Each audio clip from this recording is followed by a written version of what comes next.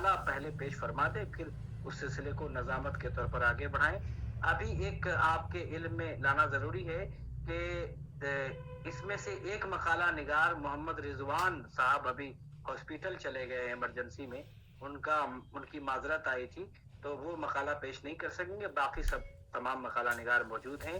تو میں اب پھر ایک بار استقبال کرتے ہوئے وسیم محمد سے درخواست کرتا ہوں کہ اپنا مقالہ پیش فرمائیں اور پھر نظامت کے فرائض بھی آگے انجام دیں۔ وسیم محمد صاحب۔ جی بہت شکریہ سر، اور بہت خوشی کی بات ہے، اور شعبہ اردو جامعہ ملیہ اسلامیہ نئی دہلی کے اساتذہ کرام اور خاص کر پروفیسر شہزاد انجم صاحب صدر شعبہ اردو جامعہ ملیہ اسلامیہ اور کنوینر ڈاکٹر خالد مبشر صاحب کا شکریہ کہ انہوں نے اس طرح کا سیمینار منعقد فرمایا، اور جس سے کہ ہمیں بہت کچھ سیکھنے کو موقع ملے گا، اور ہمیں آئندہ بھی یہ ساری چیزیں ہماری ادبی صلاحیت میں اضافہ ہوں گی۔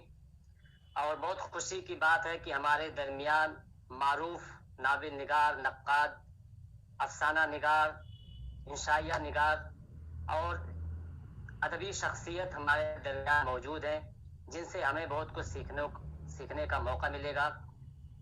مجلس صدارت کی ذمہ داری معروف ادبی شخصیت پروفیسر ابن کنول صاحب دہلی یونیورسٹی اور پروفیسر خالد جاوید صاحب جامعہ ملیہ اسلامیہ سنبھالیں گے۔ میں ان کی اجازت سے پروگرام کو شروع کرنا چاہوں گا اور اپنے مقالے کو بھی پیش کرنا چاہوں گا۔ میرے مقالے کا عنوان ہے، میں محمد وسیم، ریسرچ اسکالر جامعہ ملیہ اسلامیہ۔ میرے مقالے کا عنوان ہے ہفت روزہ اردو اخبار رام کا تنقیدی جائزہ۔ چونکہ مقالہ نگار کو 10 منٹ کا وقت دیا گیا ہے اور مقالہ چونکہ تھوڑا سا طویل ہے، لیکن میں کوشش کروں گا کہ جتنی باتیں سامنے آ سکے میں پیش کر سکوں، اور جو ادبی شخصیات ہیں وہ مقالے کو اپنی روشنی میں اپنے تبصروں سے ہمیں ضرور نوازیں گے۔ ہفتہ وار اخبار پیغام ایک تعارف۔ مولانا آزاد کو صحافت سے دلچسپی تھی، وہ صحافت کی اہمیت کو سمجھتے تھے، یہی وجہ ہے کہ ان کے قلم سے کئی اخبارات و رسائل نکلے جو کافی مقبول بھی ہوئے۔ مولانا آزاد نے اپنی عملی زندگی کا آغاز ایک صحافی کی حیثیت سے کیا تھا۔ شروع میں المصباح اور نیرنگ عالم کے نام سے 2 گلدستے نکال چکے تھے، لیکن تاریخی اعتبار سے اس دور میں لسان الصدق اہمیت کا حامل ہے۔ نومبر 1903 عیسوی سے مئی 1905 عیسوی تک اس کے صرف 10 پرچے نکلے تھے، لیکن اس کے مقاصد کی اہمیت کے اعتراف میں اس وقت کی صحافت کی پوری دنیا گونج اٹھی تھی۔ اس کے مضامین کی افادیت، اسلوب اور ترتیب و تہذیب کے حسن نے وقت کے تمام اہل ذوق کو اپنی طرف متوجہ کر لیا تھا۔ لسان الصدق کے اجرا سے مولانا کے پیش نظر زبان و ادب اور تنقید میں ذوق کی تسکین و تربیت اور معاشرتی اصلاح کے مقاصد کا حصول تھا۔ ان مقاصد کا ہر جز جس طرح اس وقت لائق توجہ تھا، اسی طرح آج بھی اس کی اہمیت اور افادیت مسلم ہے۔ مولانا آزاد کئی اخبارات و رسائل سے جڑے رہے۔ ان کے 2 اہم رسالے الہلال اور البلاغ نے ان کی صحافتی عظمت کو شہرت کی بلندیوں پر پہنچا دیا۔ انہوں نے اپنی صحافت کے ذریعے سے ہندوستانی عوام اور مسلمانوں کے دلوں میں آزادی کی تحریک پیدا کرنے کی کوشش کی، جس کی وجہ سے انگریز حکومت کو خطرہ لاحق ہوا کہ مولانا آزاد کی تقریر و تحریر سے ہمارے لیے پریشانی کھڑی ہو سکتی ہے۔ اس لیے مولانا کے رسالے پر پابندی لگی اور انہیں قید و بند کی زندگی گزارنی پڑی، مگر انہیں تصنیف و تالیف اور صحافت سے دلچسپی باقی رہی۔ مولانا آزاد 4 سالہ نظر بندی کے بعد 1920 میں رہا ہوئے تو اس وقت تحریک خلافت اور ترک موالات کے پس پردہ تحریک آزادی اپنے شباب پر تھی۔ نظر بندی کی رہائی کے بعد انہوں نے عملی سیاست میں قدم رکھا اور پورے یقین و اعتماد کے ساتھ ان تحریکوں سے وابستہ ہو گئے۔ مولانا آزاد کی زندگی مصروفیات میں گزرنے لگی۔ ان کی خواہش تھی کہ مسلمانوں کی تربیت کے لیے کوشش کی جائے۔ مولانا کو ہمیشہ یہ فکر دامنگیر رہی کہ جب تک ایک رسالہ اپنے ہاتھ میں نہ ہو، اپنے مافی ضمیر کا اظہار ممکن نہیں۔ اس وقت بھی ان کے ذہن میں الہلال اور البلاغ جیسے رسالے کا خیال باقی تھا، لیکن اس زمانے میں ان کا دائرہ عمل اتنا وسیع ہو گیا تھا کہ نہ وہ الہلال جیسا معیاری رسالہ نکال سکتے تھے اور نہ ہی اس کی ذمہ داری قبول کر سکتے تھے. مولانا نے اس کا اظہار ان لفظوں میں کیا ہے: بحالت موجودہ یہ بات تو میری طاقت سے باہر ہے کہ الہلال اور البلاغ کے درجے کا کوئی رسالہ جاری کر دوں، کیونکہ جب تک موجودہ تحریک کی مشغولیت سے مہلت نہ ملے اس کے لیے وقت نہیں نکال سکتا اور نہ اس کی ذمہ داری لے سکتا ہوں. کسی پرچے اور اخبار براہ راست خود مرتب کر سکوں گا. علل خصوص ایسی حالت میں تمام تر وقت سیر و سفر میں بسر ہو رہا ہے اور ابھی لوگ اس درجہ نظم و انضباط کے عادی نہیں ہوئے ہیں کہ کارکنوں کو سفر کی حالت میں بھی حفظ اوقات اور معمولات کی مہلت دے سکیں. اس اختلاف سے صاف ظاہر ہوتا ہے کہ رسالہ نکالنے کا منصوبہ مولانا آزاد کے ذہن میں پہلے سے موجود تھا، لیکن وہ مناسب موقع اور لائق معاون کی تلاش میں تھے. مولانا آزاد یہ چاہتے تھے کہ ایک ایسے رسالے کی اشاعت عمل میں آئے جو پورے بر صغیر اور خاص کر ہندوستان کو انگریزوں سے نجات دلانے میں اہم رول ادا کر سکے. اگر ہم پیغام کے مقاصد پر نظر ڈالتے ہیں تو اس میں مولانا فرماتے ہیں: پیغام کے مقاصد، اخبار ہفت روزہ پیغام کا اجرا اس وقت کی ضرورت کے تحت عمل میں آیا تھا. اس وقت کے جو حالات تھے اور جو تقاضے تھے اس کو سامنے رکھتے ہوئے مولانا آزاد نے یہ اخبار جاری کیا تھا.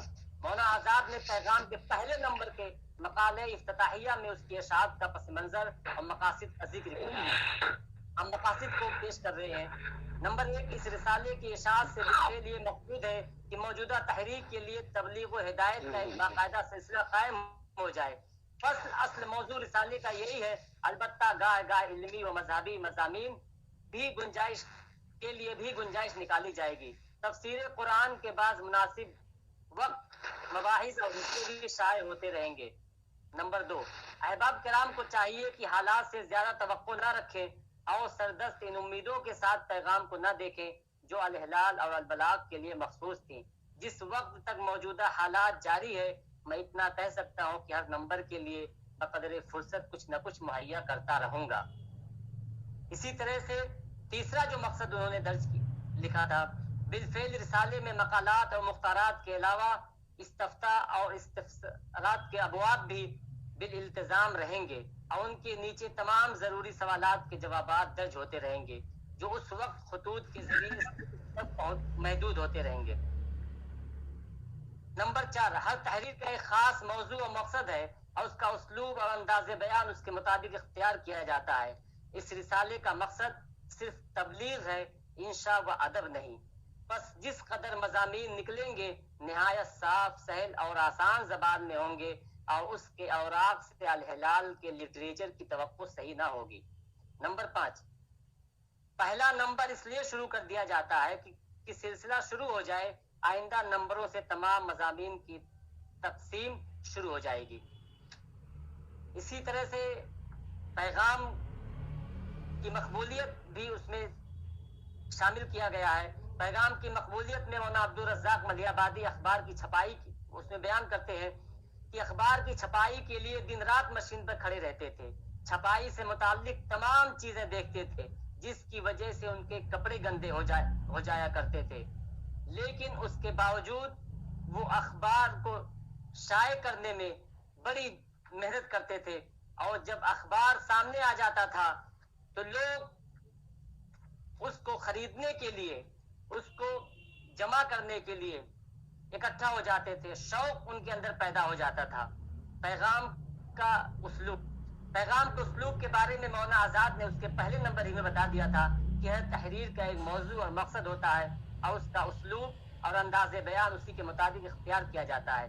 اس رسالے کا مقصد صرف تبلیغ ہے، انشاء و ادب نہیں. بس جس قدر مضامین نکلیں گے اسی طرح سے سہل اور آسان زبان میں ہوں گے.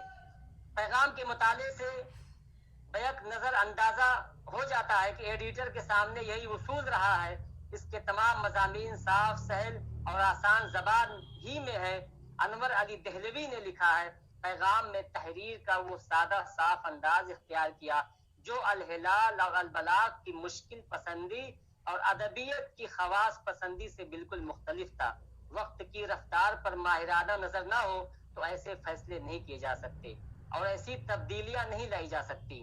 1912 اور 1921 میں جو زمانی فصل ہے اس کو بھی نظر میں رکھیے. انور علی دہلوی نے یہ سچی بات مولانا آزاد کے اسلوب کے بارے میں کہی ہے، لیکن پیغام کے بارے میں یہ بات اتنی ہی درست ہے. پیغام میں اس مقالے کے تحت میں نے پیغام کے عنوانات بھی شامل کیے ہیں. پیغام کے چند مضمون نگار جیسے فضل الدین احمد ہیں، بدر الدین احمد ہیں، منشی عبدالسمیم الہ آبادی وغیرہ کے نام ذکر کیے گئے ہیں. اخبارات کی تقسیم اور پیغام کے بارے میں ذکر کیا گیا ہے. پیغام کے اسلوب کے بارے میں گفتگو ہو چکی. اب ہم پیغام کی تاریخی اہمیت کے بارے میں دیکھتے ہیں کہ پیغام کی تاریخی اہمیت کیا ہے. پیغام ایک ہفت روزہ اخبار تھا. 23 ستمبر 1921 کو کلکتہ کے مطلع صحافت پر نمودار ہوا اور تقریباً 3 ماہ کی جلوہ پاشیوں کے بعد دسمبر میں ہمیشہ کے لیے غروب ہو گیا. پیغام اگرچہ بند ہو گیا اور شاید اس وقت اس کی بندش پر کسی نے افسوس نہ کیا ہو اور مورخ کی آنکھ سے اس کے غم میں کوئی آنسو نہ ٹپکا ہو، مگر آج اس کے مقصد اجرا اور مضامین پر نظر پڑتی ہے تو اندازہ ہوتا ہے کہ وہ ایک عظیم الشان صحیفہ تھا. وسیم صاحب آپ کے پاس 1 منٹ باقی ہے. آپ کے 10 منٹ پورے ہونے والے ہیں. 1 منٹ باقی ہے بس. جی سر شکریہ. 1 منٹ. آپ کیونکہ ناظم بھی ہے تو اپنی ذمہ داری نبھائیے. 10 منٹ میں صرف 1 منٹ باقی ہے. جی سر. قومی تاریخ میں 3 ماہ کی مدت کوئی حیثیت نہیں ہوتی، لیکن کبھی ایک دن میں برسوں میں پھیلی ہوئی تاریخ پر بھاری ہوتا ہے. پیغام کے 3 ماہ تو بہت اہمیت رکھتے ہیں. تحریک خلافت اور ترک موالات نے ہماری قومی تاریخ پر بڑے گہرے اور دور اثرات ڈالے. تحریک خلافت سے قومی تحریک کے ایک نئے دور کا آغاز ہوتا ہے. اس دور کی تاریخ سازی میں پیغام کا اہم حصہ ہے. میں مقالہ اپنا یہیں پہ ختم کرنا چاہتا ہوں. ٹائم بھی ہو گیا ہے. اب میں اس کے بعد اگلی مقالہ نگار محترمہ نصرت پروین صاحبہ کو دعوت دیتا ہوں کہ اپنا مقالہ پیش کریں. محترمہ نصرت پروین صاحبہ، جامعہ ملیہ اسلامیہ.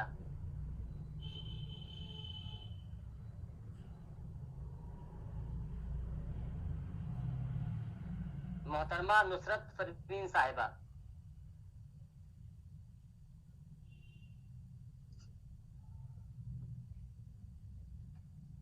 ہے نہیں، وہ کسی اگلے مقالہ نگار کو بلائیے. اس کے بعد میں اگلی مقالہ نگار محترمہ مجوفہ صاحبہ، جامعہ ملیہ اسلامیہ کو دعوت دیتا ہوں کہ اپنا مقالہ پیش کریں. ان کے مقالے کا عنوان ہے اردو کا مقبول عام ادب، منشی فیاض علی کے خصوصی حوالے سے.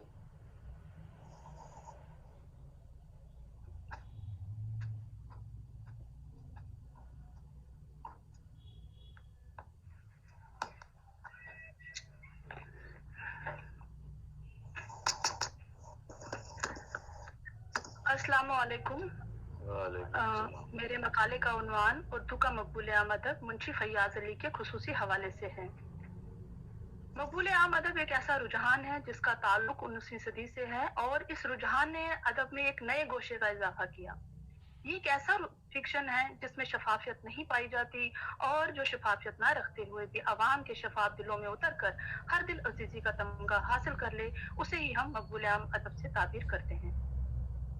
مقبول عام ادب، جسے عرف عام میں پاپولر لٹریچر کے نام سے موسوم کیا جاتا ہے، اس سے مراد ایک ایسا عام ادب ہے جس میں عام طور پر تفریح طبع یا وقت گزارنے کے لیے ہلکے پھلکے یا عام بول چال کے اسلوب میں قاری کے لیے رومانی، عشقیہ، پراسرار، جاسوسی، طلسماتی اور حیرت انگیز فکشن لکھا گیا ہو، اور جس میں قاری کی دلچسپی تخلیق کے اختتام تک قائم رہتی ہو، نیز جس میں سوائے قاری کی تفریح طبع کا سامان فراہم کرنے کے اور کوئی مقصد نہ ہو.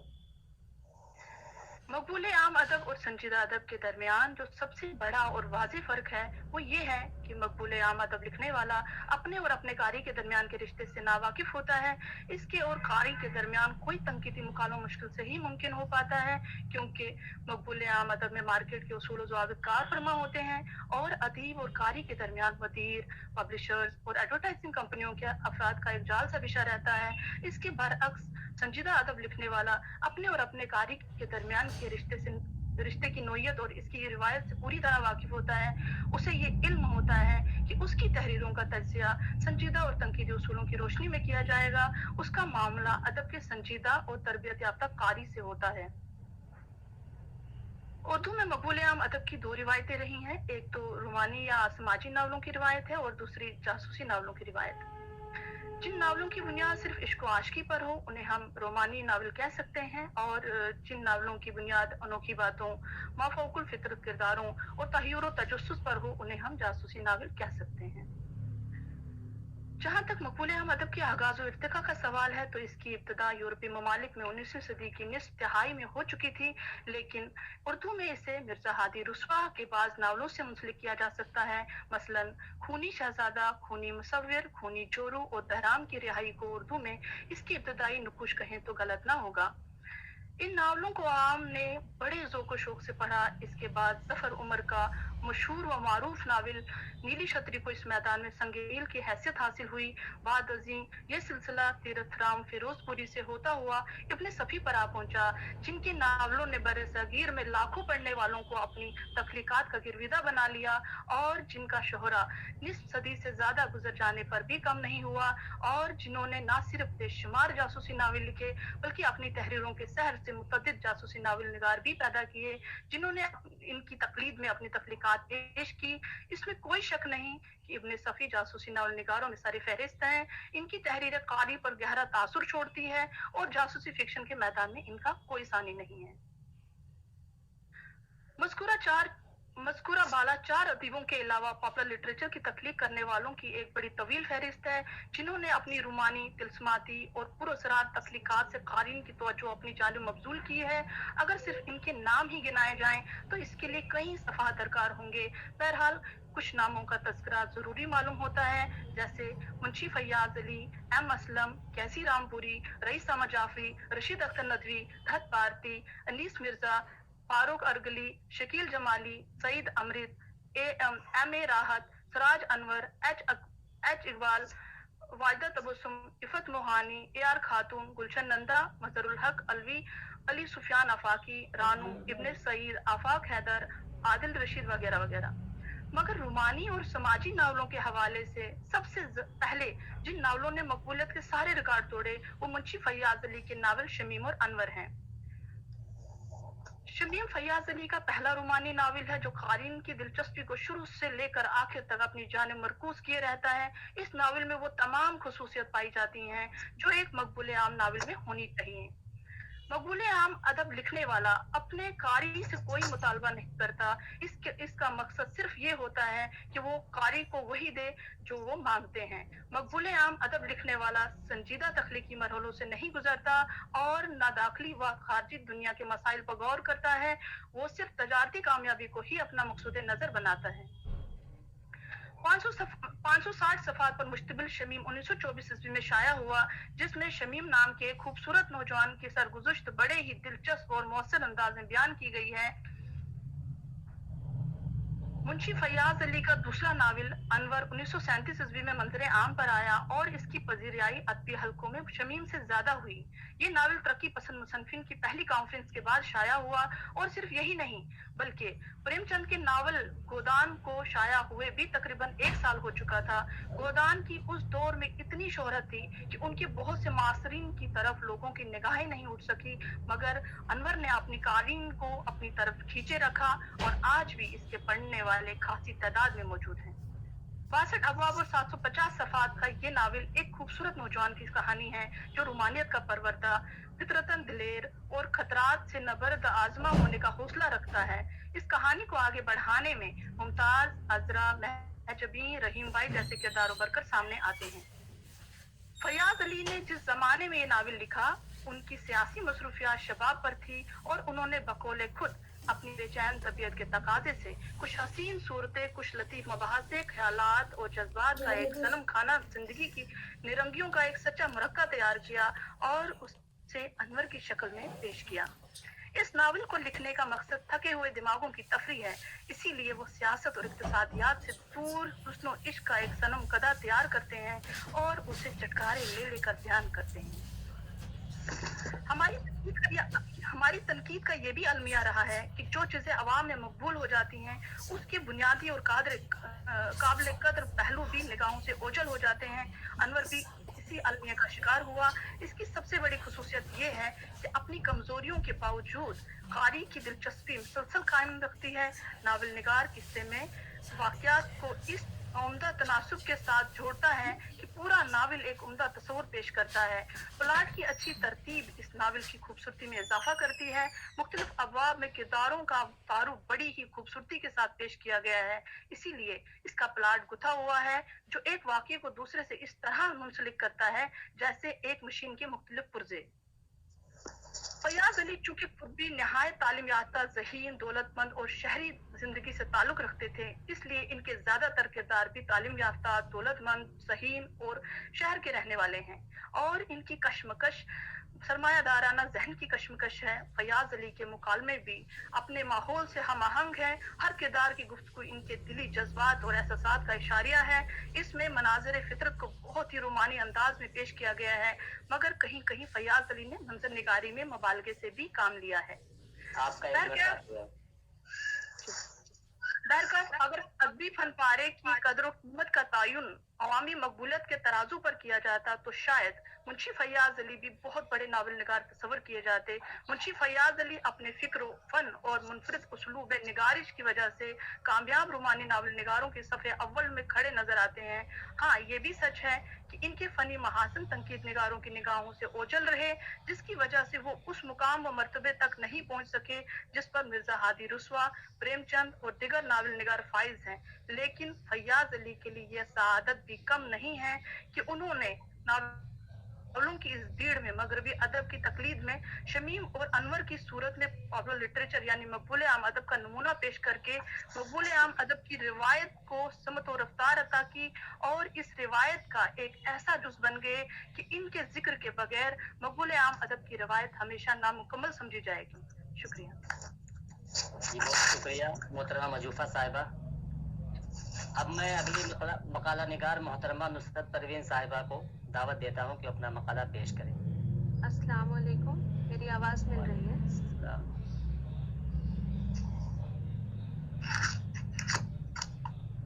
वसीम साहब, आप मकाला निगारों का ये भी तारुफ बता दें, कहाँ से हैं और क्या मौजू होगा।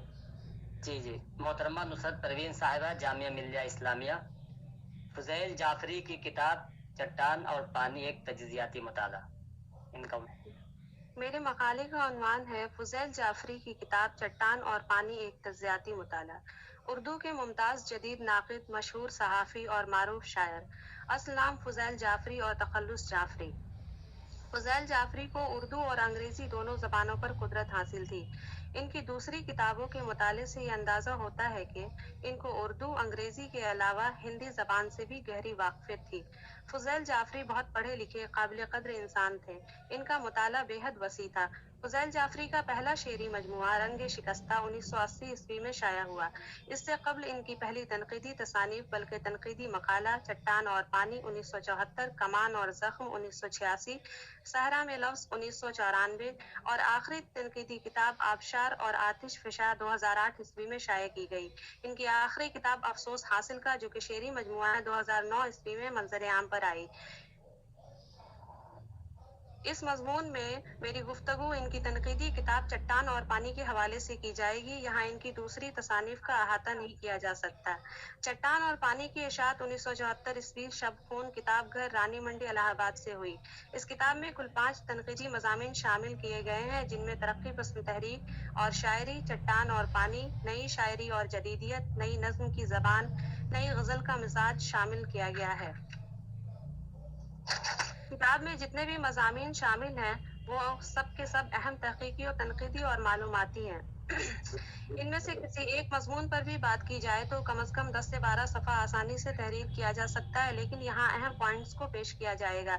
सबसे कबल ये जिक्र करना ज़रूरी है कि तस्दीक सहावरी की किताब बहस व तकरार तबा अव्वल अगस्त 1974 ईस्वी, जिनमें अदबी महफिल की याददाश्तों को शाया किया गया, इनमें फुज़ैल जाफरी के ताल्लुक से बहुत सी मालूमात फराहम की जा सकती हैं। इस किताब में फुज़ैल जाफरी ने जो सवालात मीराजी के ताल्लुक से किए, मीराजी के ताल्लुक से अख्तरुल ईमान से किया था, या बहुत सी बाज़ अदबी सरगर्मियों या अदबी मुबाहिसों जिसका जिक्र किताब में किया गया है, इसको पढ़कर फुज़ैल जाफरी की शख्सियत और अदबी सलाहियत का अंदाज़ा भी लगाया जा सकता है। बल्कि फुज़ैल जाफरी की अदबी तहरीर और तकरीर दोनों में किस कदर अपनी बातों को बयान करने का अंदाज, जिनमें इत्मीनान, ज़ब्त और ठहराव के साथ साथ इनका मुताला किस कदर वसी था, ये खूबियाँ भी नजर आती हैं।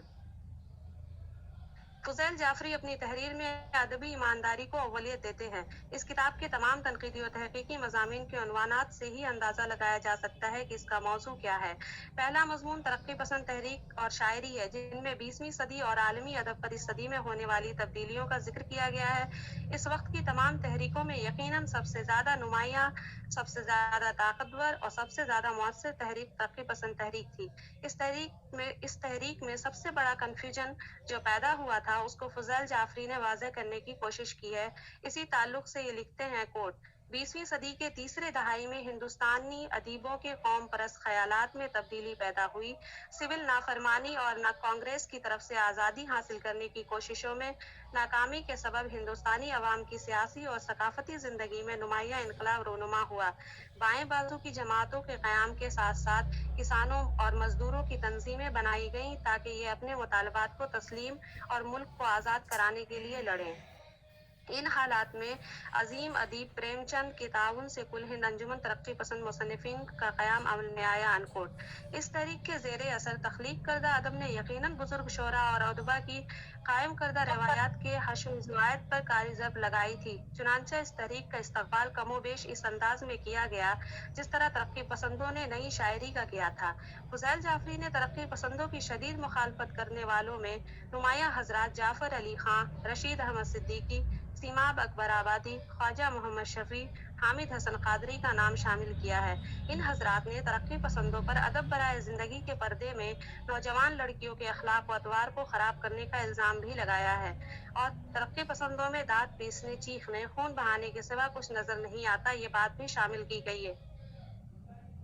काफ़ी दिनों बाद जब तरक्की पसंद तहरीक का आलमी पस मंज़र धीरे धीरे वाज़ा होने लगा, तो इस तहरीक के सिलसिले में हकीकत पर मबनी एतराफ़ात भी शामिल किए गए, सामने आए। फुज़ैल जाफरी लिखते हैं, कोट, एक अरसा तक खुद तरक्की पसंदों ने तरक्की पसंदी का सही मफ़हूम नहीं समझा था। दूसरी, इस वक्त हिंदुस्तान में इश्तराकियत और दहरियत हममानी अल्फाज समझे जाते थे, अनकोट। जाहिर है कि इस वक्त तरक्की पसंदों की अक्सरियत बहुत ज़्यादा मजहबी थी। अगर देखा जाए तो उर्दू में तरक्की पसंद अनासिर गदर के बाद से नुमाया हैं, बल्कि गदर से पहले के अदब में भी इनकी झलक देखी जा सकती है। ये सच है कि हाल ही के ज़माने से ही रुझान अदब में इतना गहरा हो गया कि इसने सारी अदबी फ़ज़ा को मुतासिर किया, और हाल ही के बाद प्रेमचंद, इकबाल और जोश ने इस रवायत को आगे बढ़ाने की जिम्मेदारी ली, लेकिन बाकायदा तौर पर 1935 ईस्वी से ये शुरू हुई। इस मजमून में इस तहरीक पर अख्तर तलहरी ने तरक्की पसंद अदब पर इश्तराकी अदब होने का जो इल्ज़ाम लगाया था, इसको एहतशाम हुसैन ने किस तरह जवाब दिया, इसको भी शामिल किया गया, और इसके साथ हमारे यहाँ तरक्की पसंदों का वो नज़रिया भी पेश किया गया है जिसमें बगैर सोचे समझे स्टालिन के कसीदे लिखे जा रहे हैं। सिर्फ कैफी आज़मी और जानिसार अख्तर पर ही ये बात मुनहसिर नहीं है, बल्कि उर्दू के किसी तरक्की पसंद शायर का मजमूआ कलाम देखने से अंदाज़ा होगा कि लेनिन, स्टालिन, चीन और रूस के बारे में ऐसे ही मुबालगा आमिज़ बयानात के ढेर देखने को मिलते हैं। इस किस्म की हीरो परस्ती का फितरी नतीजा फुज़ैल जाफरी ये बताते हैं कि धीरे धीरे खुद तरक्की पसंद शायर और अदीब अपना और अपने दोस्तों का इमेज बनाने की मरज़ में गिरफ्तार हो गए। इन लोगों के अंदर सरासर गैर मार्क्सी रवैया का अंदाज़ा भी लगाया जा सकता है। एक और अहम चीज जो यहाँ बयान की गई है, 1917 ईस्वी में इनकलाब के फौरन बाद ही मुखालिफ मार्क्सिज्म की हवा तो चलने लगी थी, लेकिन मार्क्स का जो ख्याल था कि इनकलाब से सल्तनत के तस्वुर को खत्म किया जा सकता है, जबकि ऐसा हुआ नहीं, और ये भी था कि तरक्की पसंद ममालिक इस इनकलाब से वजूद में आएंगे, ये भी गलत साबित हुआ। सिर्फ रूस का ही एक बड़ा हिस्सा सामने आया और रूस में बोल्शेविक सल्तनत धीरे धीरे आमराना बुनियादों पर मजबूत होती चली गई।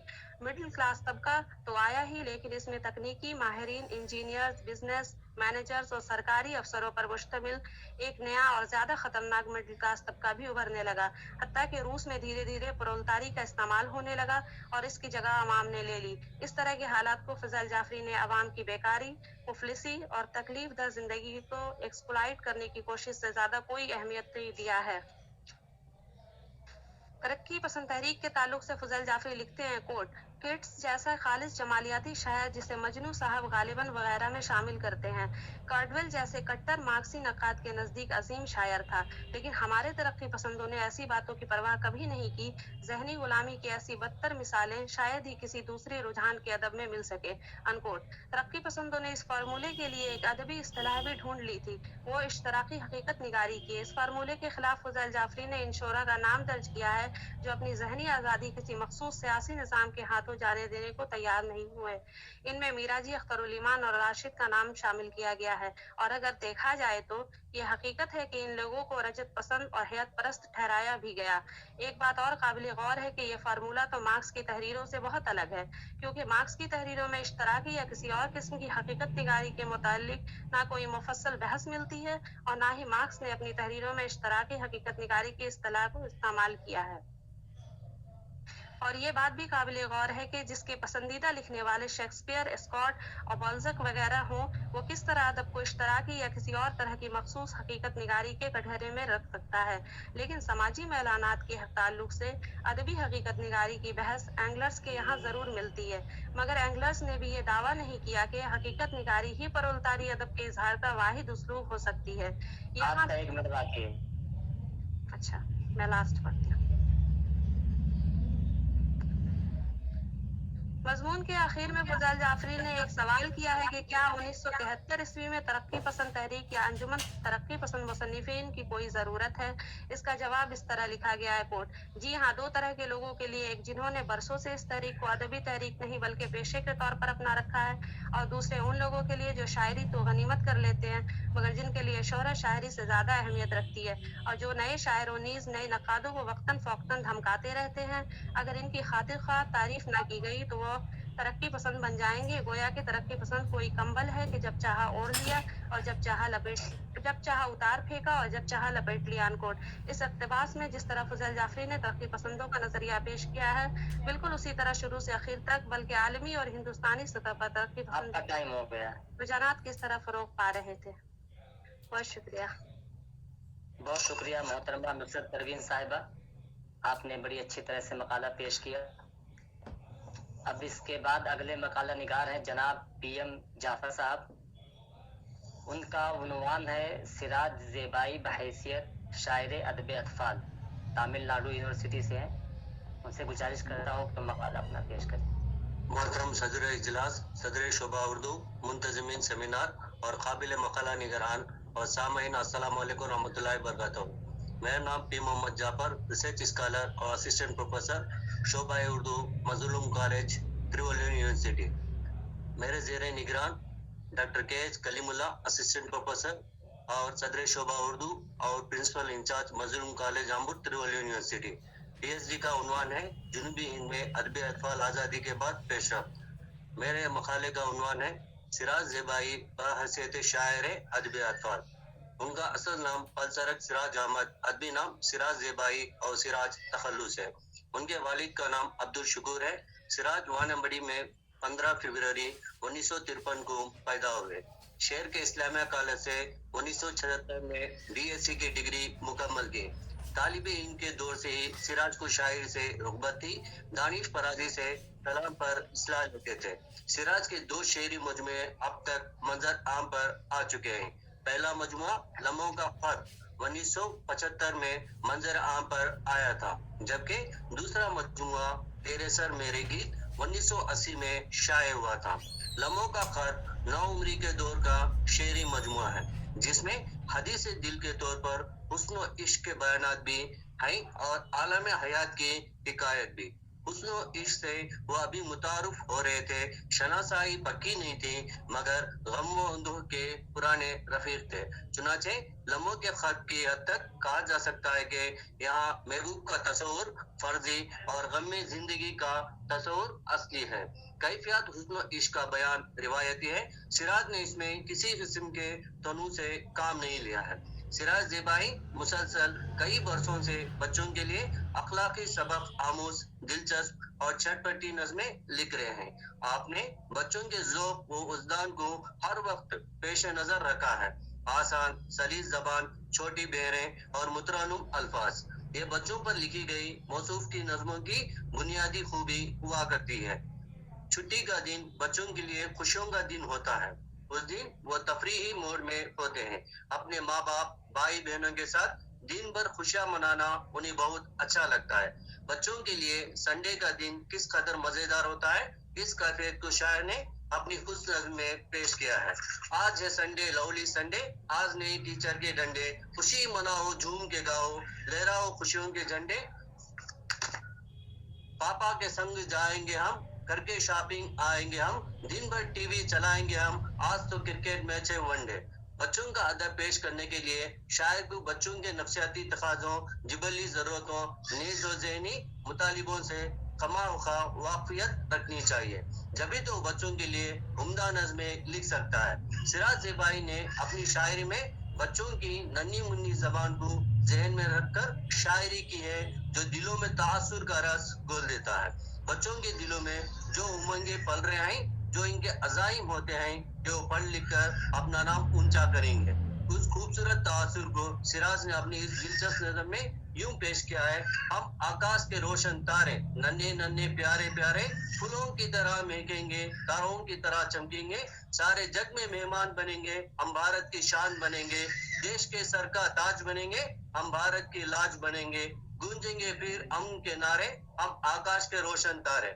सिराज ज़ेबाई ने अपनी नज़मों में बिल्कुल सलीस और आम फिल्म ज़बान इस्तेमाल की है, ताकि बच्चे ये नज़में मजे लेकर झूम झूम कर गा सके। आपकी नज़म गिनती का गीत मुलाहिजा हो, कितनी सादी और आम बोलचाल की ज़बान है, बच्चे उसे बआसानी याद कर सके। प्यारे बच्चों नेक बनो, सब मिलजुल कर एक बनो, और नसीहत नंबर दो, छोटों बड़ों को इज्जत दो, आखिरी गिनती गिन लो 10, अपनी नसीहत सुन लो बस। सिराज ज़ेबाई की एक नज़म जिसमें एक बच्चा लड़कपन ही में छोटी छोटी नेकियां करता हुआ नजर आता है। मुलाहिजा हो, नेकी मैंने कमाई भैया, की है खूब भलाई भैया, बीच सड़क पर कांच पड़ी थी, बच्ची चौराहे पे खड़ी थी, दौड़ के मैंने हटाई भैया, नेकी मैंने कमाई भैया, सुबह सवेरे एक अंधे को, बेचारे मुफलिस बंदे को, सीधी राह दिखाई भैया, नेकी मैंने कमाई भैया। बच्चों को जहाँ लड़कपनी से इनकी आदत और को सुधारना चाहे, वहीं इनके ज़ौक़ और मिजाज को समझकर इनको इस तरह ढालना चाहिए कि वो अपनी मर्जी और ख्वाहिश से मुताबिक जिंदगी जी सके। हम ये देखेंगे बच्चे किस फील्ड में दिलचस्पी ले रहा है, उन्हें थोड़ी सी आज़ादी भी दी जाए, ये नहीं कि हम अपनी मर्जी से जबरन उसे किसी ऐसी फील्ड पर ठोंस दें जिसमें उसे बिल्कुल ही दिलचस्पी नहीं है।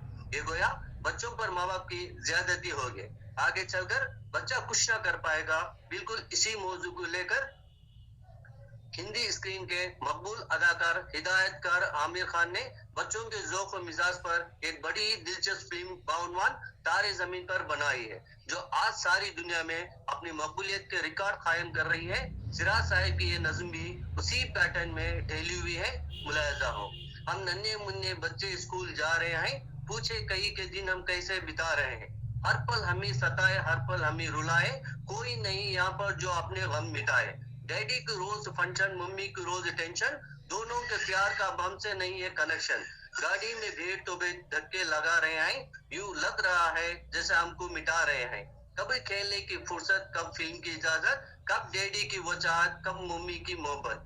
अलगज सिराज ज़ेबाई बहसीयत शायर अदब अतफाल अपनी अलग शनाख्त बनाई है। आमतौर पर बच्चों के अदब पर बहुत कम लिखा गया है। शोरा ने बच्चों के बच्चों के अदब पर बहुत कम तवज्जो दी है। ऐसी सूरत में अदबी अतफाल के शायर खाल की नजर आते हैं, लेकिन बच्चों के अदब पर लिखना और बच्चों में उर्दू अदब पर दिलचस्पी पैदा करना वक्त का तकाजा है।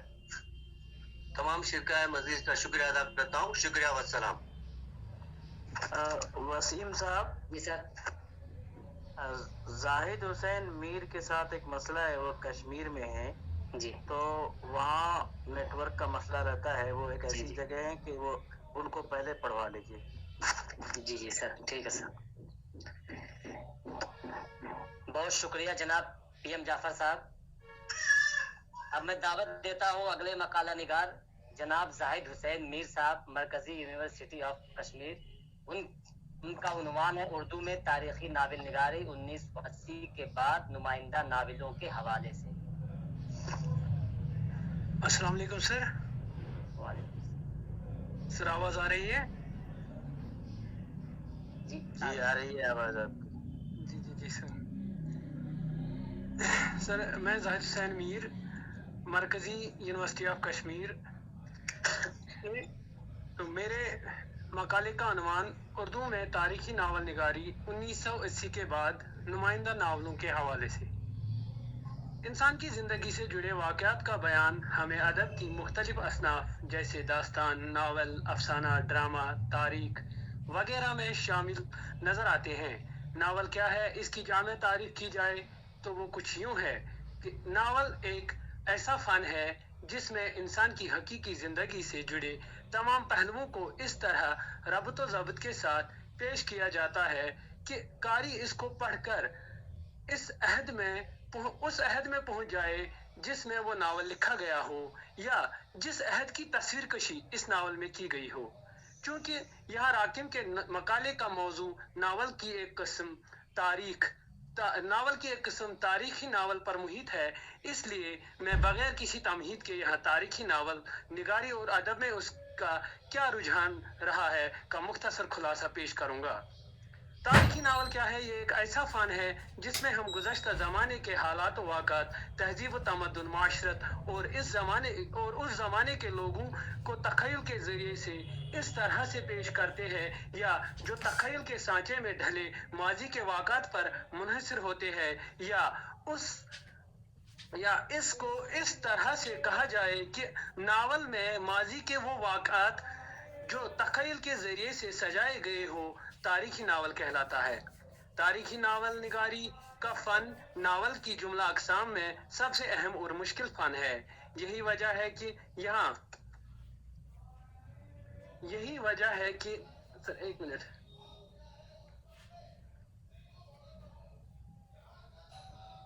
लैपटॉप का स्क्रीन बंद हो गया था।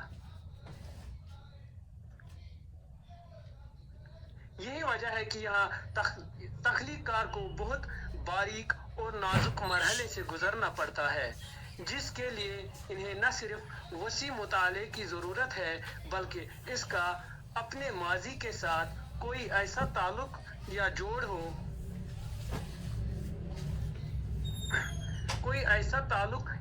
हो जिससे वो इक्तिसाबी इल्म के अलावा ज़ाती मुशाहिदे और तजुर्बे से भी काम ले सके और इसकी क़ुव्वत मुतख़िला और इस कदर कवी हो कि वो गुज़श्ता ज़माने के वाक़ात को इस तरह पेश कर सके कि वो ज़िंदा और मुतहरिक नज़र आने लगे।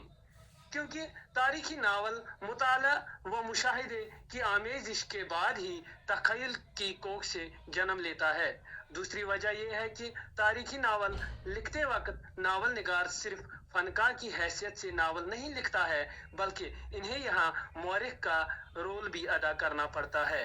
लिहाजा यहाँ हम ये कह सकते हैं कि तारीखी नावल निगार को एक साथ दो जिम्मेदारियाँ निभानी पड़ती है, अव्वल नावल निगार की, दोयम मौरिख की।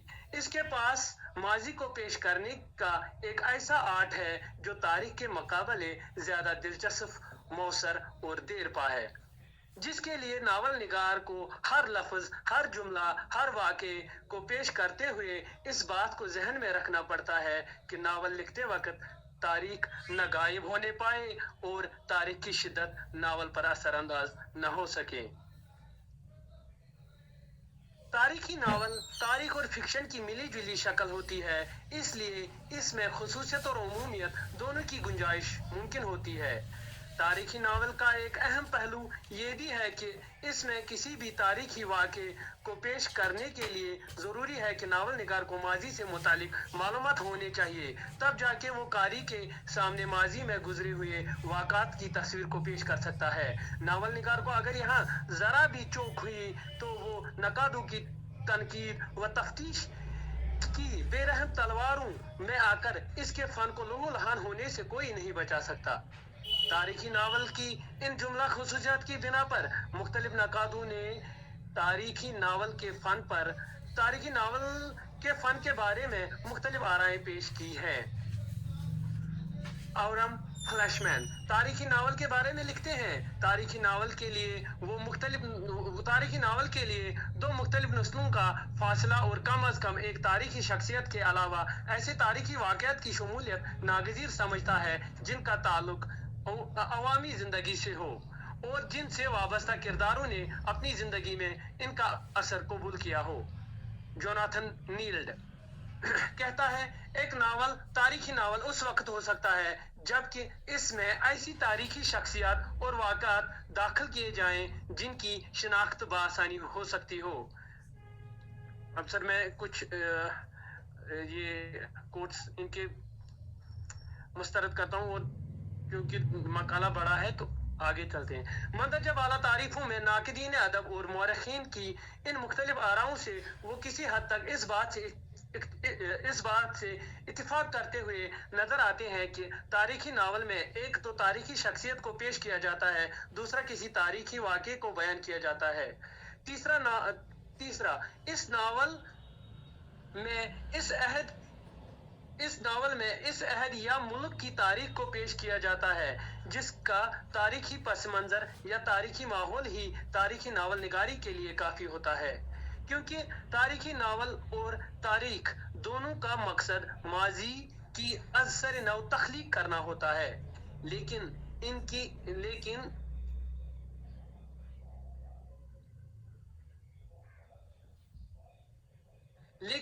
इनके दरमियान में एक बुनियादी फ़र्क है जो इन्हें अदब की दो मुख्तलिफ ज़ुमरों में तकसीम करती है। वो ये कि तारीखी नावल में तख़य्युल की रंग आमेज़ी की गुंजाइश मौजूद होती है, जिसकी बदौलत नावल निगार गुजरे हुए ज़माने का नक्शा इस हुस्न खूबी से अपने नावल में पेश करता है ताकि माजी के मुतालिका अहद का नक्श मुकम्मल तौर पर सामने आ जाए।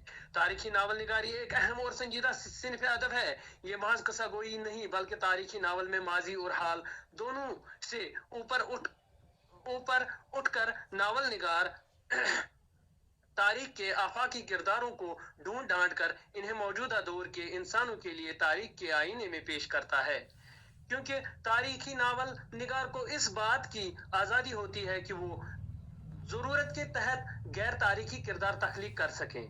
तारीखी नावल निगार तारीखी दौर के इंसानों की रोशनी और जहनियत की तशरीह करके इन्हें अदब में इनकी खुसूसियात और कारनामों के साथ पेश कर सकें ताकि वो माजी के इन इंसानों के तमाम कारनामों से आगे बढ़ने वाले इंसानों के लिए इसकी रोशनी में नई राहें हमवार कर सकें।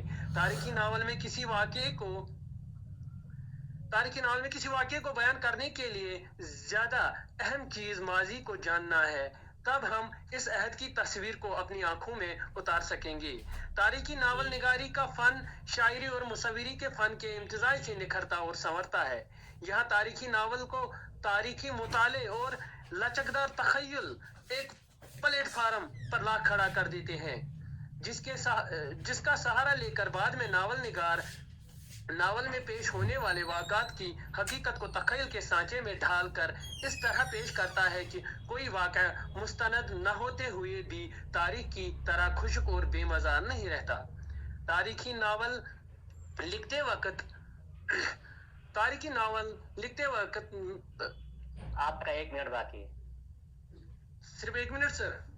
तो फिर सर मैं आखिरी अब सर मैं किसी नावल का यहाँ पे जिक्र नहीं कर सकता हूँ, ना ही नावल निगार का। मैं मुख्तसरन तारीखी नावल निगारी पे बात करूंगा। मुख्तसर में ये कह सकता हूँ कि नावल तारीखी हो या जासूसी, समाजी हो या माशरती, गर्ज हर तरह के नावल में इंसान और इंसानी जिंदगी की कहानी की रुदाद को किसी न किसी सूरत में पेश किया जाता है। इंसान की इसी जिंदगी के असरात जो जमाने पर पड़ते हैं, आगे चलकर यही असरात माजी का हिस्सा बन जाते हैं। तारीखी नावल का मकसद न सिर्फ गुज़श्ता ज़माने को दोहराना है बल्कि मुस्तकबिल की फिक्र भी पैदा करना है। नावल निगार तारीखी नावल की इस खुसूसियत से इंसान के रोमानवी पहलू के साथ साथ जमाने की। जी सर, आपका टाइम खत्म हो गया। चलिए सर, शुक्रिया जी, बहुत शुक्रिया जनाब जाहिद हुसैन मीर साहब, आप अपना मकाला पढ़ रहे थे। अब इसके बाद मैं अगली मकाला निगार मोहतरमा Samina BKK, Shri Shankaracharya university of Sanskrit Kerala, उनको दावत देता हूं कि अपना मकाला पेश करें। और उनके मकाले का उन्वान है प्रोफेसर बी शेख अली बहैसियत नक्काद, मुहक्किक और माहिर तालीमात। अस्सलाम वालेकुम। प्रोफेसर बी शेख अली बहैसियत मुहक्किक, नक्काद और माहिर तालीमात, दरअसल मेरे PhD का उन्वान है। उससे मुतालिक मेरा मकाले का उन्वान है अल्लामा इकबाल का फिलसफे हयात प्रोफेसर बी शेख अली की नजर में। प्रोफेसर बी शेख अली शहर मैसूर के एक मशहूर इल्मी शख्सियत है। आप एक मौलिम, मौरिख, मुहक्किक, मुकर्रर, नक्काद, अदीब और सहाफ़ी के अलावा उर्दू की तारीख का एक रोशन बाब भी है। आप मंगलूर और गोवा यूनिवर्सिटियों के फाउंडर, वाइस चांसलर के ओहदे भी कामयाबी के साथ संभाले थे। मौसूफ मौलाना अबुल कलाम आजाद, सर सैयद अहमद खान, अल्लामा शिबली नौमानी, डॉक्टर जाकिर उद्दीन, अल्लामा इकबाल हाली जैसे मशहूर उदबा और शायरों से बहुत मुतासिर थे। इन उदबा और शोरा के कलाम पर बहुत सी तनकीदी मज़ामीन भी लिखे हैं। उनसे इतना असर हुआ कि शेख अली साहब की शख्सियत और ख्यालात में निखार पैदा हुआ है और वो रोजनामा सालार बेंगलुरु के मुदीर आला भी हैं। मेरा मकाले का नाम है अल्लामा इकबाल का फिलसफे हयात प्रोफेसर बी शेख अली। अल्लामा इकबाल न सिर्फ मिल्लत इस्लामिया के बल्कि आलमी इंसानियत की एक अजीम शायर व अदीब, मुफक्किर, फिलसफी और रहनुमा रहे हैं। उनका फिलसफा खुदी और रमूज़े बेखुदी न सिर्फ शेर व अदब बल्कि आलमी इंसानियत के लिए बहुत बड़ी दीन है। उनका कलाम और फिक्र व फिलसफा जिन आला और आफाकी कदरों पर उस्तवार हुआ है, वो हर एक फर्द, मिल्लत और अहद के लिए अपने अंदर बेपनाह कशिश रखता है। चुनांचे उसी ज़ाविये नजर से प्रोफेसर बी शेख अली ने, जो सालार के मुदीर आला है, कलाम इकबाल का मुतालिया किया है और अपने मखसूस अंदाज में इकबाल के फ़लसफ़े हयात को पेश किया है, जिसका निचोड़ अनवार इकबाल है। वो शायर मशरिक अल्लामा इकबाल के एक आम किस्म की रिवायती मद्दाह नहीं है। वो इकबाल के सच्चे शीदाई, उनके फिक्र व फिलसफा के कायल और आमिल भी है। उन्होंने न सिर्फ इकबाल और इकबालियात का मुतालिया किया है बल्कि रूह इकबाल को समझने की भरपूर कोशिश भी की है। अल्लामा इकबाल ने तकमील हयात के लिए एक निज़ाम तजवीज़ फरमाया है, जिसकी तफसील रुमूज़े बेखुदी में मिलती है। उसका पहला सबक फर्द व मिल्लत में रब्त है, दूसरा सबक हरकत व हरारत है, तीसरा सबक नुदरत व जिद्दत है, चौथा सबक तहकीक व तफ्तीश है और आखिरी सबक इश्क व रक्त है। हयात एक बहरे बेकरां है, इल्म उसका साहिल है। हयात के मौजों में जोश व खरोश है। हयात की मौजें जब साहिल से टकराती है तो तख्लीक का मकाम आता है, तहजीब तमद्दुन के चिराग रोशन होते हैं। इंसान तो मेरे ख्याल व तस्वीर जहाद की तरफ रुजू होता है, इख्तिसाब कायनात पर उतर आता है। अल्लामा की नजर में जिंदगी रवानी से बहती गंगा का नाम नहीं है, उछलती मचलती तड़पती मौजों का नाम जिंदगी है।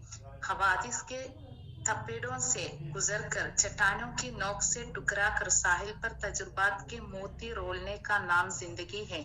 अल्लामा का इरशाद है कि हर मौजूद की दो सूरतें हैं, या तो उस सराय फानी में आना ही नहीं था, और अगर आ ही गया तो अपने वजूद को शरारा की तरह जाये नहीं करना होगा, बल्कि किसी मकसद के लिए जीना होगा। अगर बरक़ की कुव्वत हो तो वो तवानाई दूसरों को देना होगा, किसी महल के गोशे में नहीं बैठना होगा, जिंदगी के कशमकश में हिस्सा लेना होगा और अपने जौहर बताना होगा। जिंदगी एक क्रिकेट का खेल है जहां आदमी का विकार हसीन्स के अंदर है। इस दुनिया में शाहीन की तरह जिंदगी करना और शरीफों की तरह जान देना आइन जिंदगी है। जिंदगी को ज़र्रे बदतर दौलत व इत्तिशाम से इस्तेकाम नहीं मिलता, उसके लिए शीवे तस्लीम व रजा इख्तियार करना होगा। अल्लामा का एक गहरा फ़िलसफ़े हयात ये रहा है। अल्लामा का असल मकसद आदम खाकी को इंसान कामिल के मुकाम तक ले जाना है। अल्लामा का फौकुल बशर आसमान की बुलंदियों पर उड़ता है, समंदरों के तह चाटता है, फितरत से हमकनार होता है। खुदी को इंसान कामिल का जौहर बताया गया है। अल्लामा का सारा फ़िलसफ़े खुदी के गिर्द घूमता है। खुदी को हयात का ही नहीं बल्कि इश्क का, तख्लीक का, ईमान व यकीन का, ज़ौक़े तस्खीर का, खुद आगही का और एहसास नफ्स का सरचश्मा कहा गया है। खुदी को तलाश ज़ात, एहसास ज़ात और तकमील ज़ात से जोड़ा गया है। तामीर हयात व तस्खीर कायनात के मरहलों तक फैलाया गया है। आंख के दिल में सिमटने और खिलवत दिल में जगमगाने का हल बताया गया है। राज दरून हयात व दर्द व दाग व सोज व साज से इश्क के मुकाम को पाने का वसीला कहा गया है। खुदी को अकल व फजल, दिलो दिमाग, जिस्म व जान का मुरक्कब करार दिया गया है, जिसके इम्तिजाज से इंसान कामिल खमीर बनती है। खुदी की इमारत अमल की बुनियाद पर खड़ी की गई है। अमल ख्वाब की ताबीर है, हरकत हरारत जिंदगी के अलामत है, नुदरत फिक्र व अमल से मुजज़ात जिंदगी ज़ुहूर में आते हैं। अल्लामा सिर्फ कानून कुदरत की ही हिदायत नहीं करते, बल्कि कुदरत की बख्शी हुई सारी सलाहियतों को बरोए कार लाने की तलकीन भी करते हैं। अपने साहिबजादे जावेद के नाम पैगाम भेजते हैं। शेर मुला पेश है। दयार इश्क में अपना मुकाम पैदा कर, नया जमाना नए सुबह व शाम पैदा कर, उठा नशीशा ग्राम रंग के एहसान, सिफाल हिंद से नैना व जाम पैदा कर, मेरा तरीक अमीरी नहीं फकीरी है, खुदी न बेच गरीबी में नाम पैदा कर। अल्लामा इंसान के अंदर खुदी की तख्लीक व हयात का मकसद समझते हैं। फरमाते हैं, हयात व मौत नहीं इल्तिफात के लायक फ़कत खुदी है, खुदी की निगाह का मकसूद। ये उनका गहरा फ़िलसफ़ा है। खुद की पहचान को खुदी कहते हैं। खुद की पहचान खुदा की पहचान है। फितरत इलाही की ततब्बु खुदी का मुद्दा है। औसाफ मौला को अपनाना मकसद हयात है। ज़ाते मतलब फितरत इंसानी में जलवा नुमा होकर फिर अपने में लौट जाती है। जब तक इंसान में खैर बाकी है, इंसान फितरत इलाही के करीब रहता है। जब शर पैदा होता है तो इंसान के अंदर शैतान बस जाता है। खुदी की तख्लीक से यानी इल्म, अमल, अकल, अखलाक से खैर को दिल में बसाना मकसद हयात है। इबादत व रियाजत में डूबकर इश्क इलाही में मस्त होकर रक्स व सुरूद में इंहमाक मकसद हयात नहीं, बल्कि तलाश हक में राह अमल इख्तियार करते हुए आलम असबाब का सुराग लगाना आइन जिंदगी है। मकसद हयात को पा लेना कोई खेल नहीं, ये खूने जिगर की आजमाइश है। फरमाते हैं, हकीकत मुझ पे रोशन है कि राज जिंदगी क्या है, इधर आमी बताओ साज जिंदगी क्या है। अल्लामा के फिलसफे हयात में इश्क का भी बहुत बड़ा दर्जा है। आपके नजदीक इश्क खुदा का कलाम है, इश्क खुदा का रसूल है, इश्क दमे जिब्रील है, इश्क दिले मुस्तफ़ा है, इश्क सदक़े खलील है, इश्क सबर हसीन है, अकल फ़ानी है, इश्क जावेद है। अल्लामा इश्क पर अमाल की बुनियाद रखने की तलकीन करते हैं। इश्क का वो मुकाम बताते हैं जहाँ जात मतलब फितरत इंसानी में जलवा नुमा होकर उसी के जरिए एक मिनट बाकी फितरत इंसानी में जलवानुमा होकर उसी के जरिए अपने आप में लौट जाती है। इंसान तजल्लियात इलाही का हर जमाना में मुजहर रहा है। खुदाबीनी में मुशाहिद तरीन पाक में रसाई होती है। गरज इश्क इंसानी जज्बात का सरताज है, मगर सबसे अहम मकसद हयात अल्लामा ने हमारे सामने जो रखा है वो हुब्बे इलाही, इश्क रसूल, हुम्मियत इस्लामी व दर्द इंसानी है। गरज अल्लामा के नजदीक तालीमात इस्लामी ही मकसद हयात है। आपका इरशाद है कि हयात इंसानी की बेहतरीन अफजाइश व परवरिश का बेहतरीन जामिन वो ज़ाब्ते हयात है जो आज से 14 साल पहले अरब के मामार ने इस्लाम के नाम से दुनिया को दे दिया था। इस ज़ाब्ते हयात की तामील हर मुसलमान का मकसद हयात है, जिसमें तस्खीर जिहाद भी शामिल है। जी बहुत शुक्रिया मोहतरमा समीना BK के, आपने बहुत अच्छे से अपना मकाला पेश किया। अब वसीम साहब कितने मकाले निगार और हैं? जी सर 2 और हैं। अच्छा ठीक। जी सर। अब अगले मकाला निगार हैं जनाब शमशेर अली BHU वाराणसी। उनका उन्वान है लखनऊ, उर्दू के चंद नामवर गैर मुस्लिम सहाफ़ी। वो अपना मकाला पेश करें। जनाब शमशेर अली।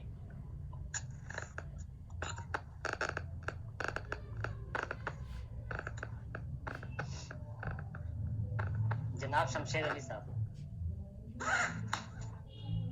नहीं है। अब मैं अगले मकाला निगार जनाब अकील अहमद साहब को दावत देता हूँ कि अपना मकाला पेश करें। लखनऊ यूनिवर्सिटी से हैं। उनके मकाले का उन्वान है लखनवी ड्रामा, फन्नी खूबियाँ और इस्लाह माशरा। अस्सलाम वालेकुम सर। अस्सलाम वालेकुम सर। सलाम।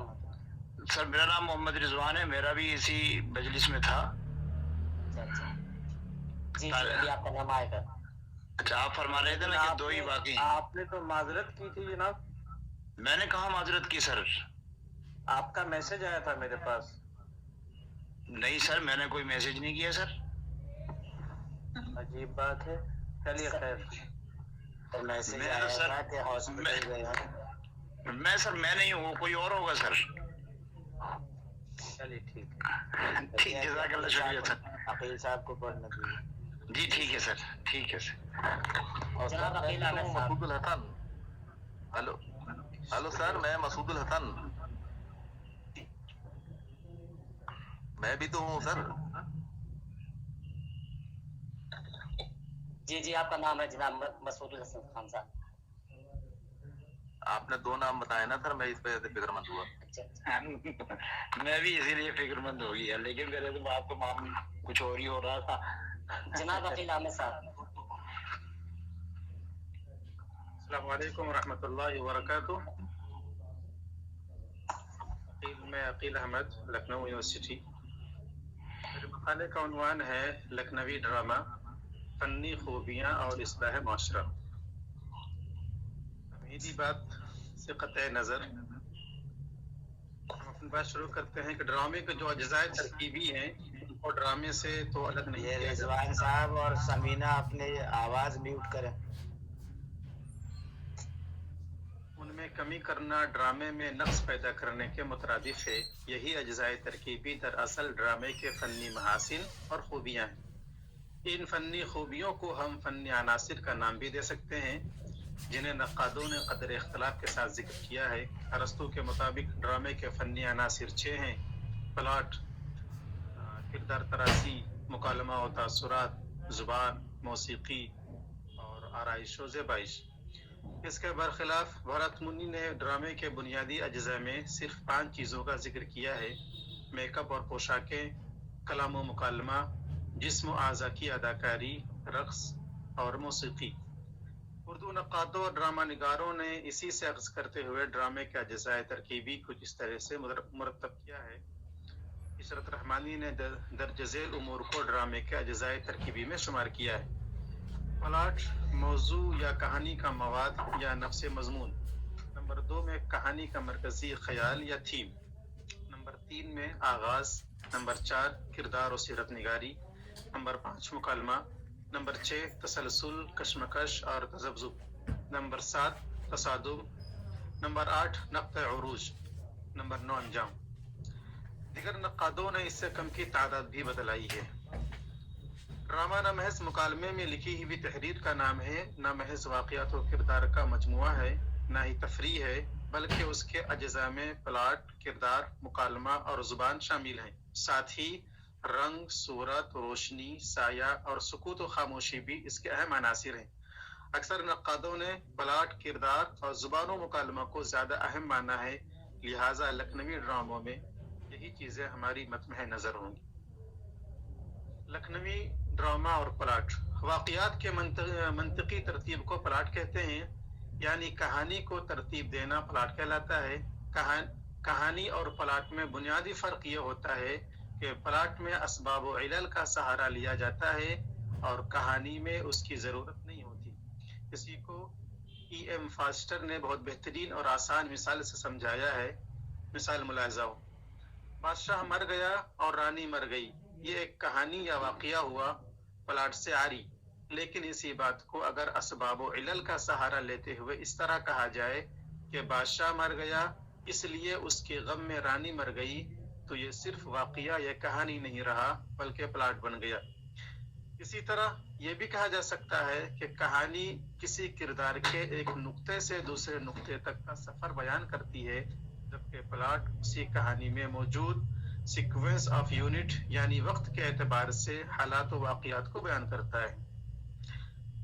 ڈرامے میں پلاٹ کی بہت زیادہ اہمیت ہے اور ڈرامے کا پلاٹ ایجاز و اختصار کا متقاضی ہوتا ہے. عمدہ اور اچھے پلاٹ میں واقعات کی ترتیب ایک خاص ڈھنگ کی ہوتی ہے. واقعات میں تسلسل، منطقی ربط اور ہم آہنگی سے ہی اچھا پلاٹ تیار ہوتا ہے. اگر واقعات مربوط ہوں تو اکہرا پلاٹ کہلاتا ہے اور غیر مربوط واقعات والے پلاٹ کو تہدار پلاٹ کہا جاتا ہے.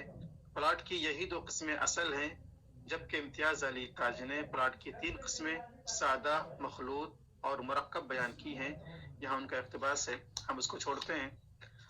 لکھنوی ڈرامہ نگاروں کے یہاں دونوں طرح کے پلاٹ میں ڈرامے ملتے ہیں. اندر صبائی عہد کے ابتدائی ڈراموں کے اکثر پلاٹ سادے اور اکہرے ہیں اور بعض کے پلاٹ غیر مربوط اور ڈھیلے ڈھالے بھی ہیں. اور بعد کے ڈرامہ نگاروں احسن لکھنوی وغیرہ کے یہاں تہدار پلاٹ میں بھی ڈرامے موجود ہیں. ابتدائی لکھنوی ڈراموں کی بات کریں تو ڈرامہ رادھا کنہیا کا قصہ خالص ہندوستانی روایات اور ہندوستانی رقص و موسیقی پر مشتمل ہے. مذہبی عقیدت و جذبات کے اتصال اور قصے کے زبان زد خلائق ہونے کی وجہ سے اس کا پلاٹ بھی خالص ہندوستانی روایات پر بنا گیا ہے. اس کا آغاز و انجام کا تو پتہ چلتا ہے، لیکن اس ڈرامے کے پلاٹ میں کوئی کشش نظر نہیں آتی، بلکہ ایک سپاٹ پلاٹ پر پورا قصہ بیان کر دیا گیا ہے. لکھنوی ڈراموں میں سب سے مقبول ڈرامہ اندر صبا ہے. اندر صبا کا پلاٹ اکہرا اور بالکل سادہ ہے. سیدھے سادے اور دیو پریوں کے بے سروپا قصے کو بیان کرنے میں فطری انداز اور تسلسل قائم ہے، جس سے ناظرین کو دلی راحت کا احساس ہوتا ہے. پلاٹ کی اکثر خصوصیات تمہید، آغاز واقعہ، عروج اور تنزل وغیرہ اس میں ضرور پائی جاتی ہیں، لیکن اسے معیاری پلاٹ نہیں کہا جا سکتا. بظاہر ڈرامہ اندر صبا کا پلاٹ سپاٹ، سیدھا سادہ اور ضعیف معلوم ہوتا ہے، لیکن اس عہد کے اعتبار سے جبکہ اردو ادب میں اس صنف سے زیادہ واقف نہیں ہوئی تھی، اس طرح سے پلاٹ کر کے تمثیل پیش کرنا اور اپنے عہد میں مقبولیت حاصل کرنا بہت بڑی بات تھی. مولانا حسرت موہانی اپنے رسالے اردو معلّہ میں لکھتے ہیں، ظاہر میں یہ دیو پری کا ایک بے سروپا قصہ معلوم ہوتا ہے، لیکن حقیقت میں ایک مرادی افسانہ ہے جس کے ذریعے سے امانت نے پاس شرافت اور حسن و عشق کی نہایت نازک اور اہم معاملات کا فوٹو کھینچ کر دکھایا ہے. انکوٹ. اس کے علاوہ دوسرے ڈرامہ نگار عبدالحلیم شرار اور رسوا وغیرہ کے ڈراموں کے پلاٹ بھی سیدھے سادے ہیں، قصے کے واقعات ایک دوسرے سے پیوست ہیں، لیکن پلاٹ میں کوئی کشش نظر نہیں آتی۔ رسوا کے ڈرامہ لیلا مجنوں کا پلاٹ مشہور عربی الاصل کہانی لیلا مجنوں سے عید وفا، اندلس کی عیسائی اور مسلم کے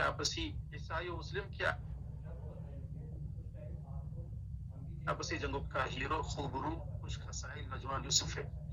اور آگے بڑھیں گے تو احسن لکھنوی کا ڈرامہ خون ناحق شیکسپیئر کا ڈرامہ ہیملیٹ سے ماخوذ ہے۔ اس ڈرامے کے پلاٹ کو بادشاہ اور ملکہ کی خوبصورت محبت پر سجایا گیا۔ تو اس طرح سے جتنے بھی لکھنوی ڈرامے کے جو پلاٹ ہیں، خاص کر احسن لکھنوی کا جو ڈرامہ ہے بہت ہی مشہور اور مقبول ڈرامہ ہے، اور بہت ہی کامیاب ڈرامہ وہی ہوتا ہے جو شروع سے ہی دلچسپ اور ناظرین کو باندھ کر رکھنے میں کامیاب ہو، اور اس ڈرامے میں وہ ساری خوبیاں موجود ہوں۔ پلاٹ کے علاوہ اگر ہم کردار نگاری کی بات کریں تو ڈرامے میں کردار نگاری کی غیر معمولی اہمیت ڈرامہ کا سارا دار و مدار کردار ہی پر ہوتا ہے۔ ڈرامے میں کردار تخلیق کرنے کا مطلب یہ نہیں کہ اس کا ظاہری سانچہ اور ڈھانچہ بیان کیا جائے، بلکہ نفسیات کو اجاگر کرنا اور جذبات کے نچوڑ کو پیش کرنا مقصود ہوتا ہے۔ کردار لکھتے وقت فنکار جس قدر اپنے داخلی جذبات و احساسات کے رنگ آمیزی جتنی کم کرے گا، ڈرامہ اتنا ہی دلچسپ اور مؤثر ہوگا۔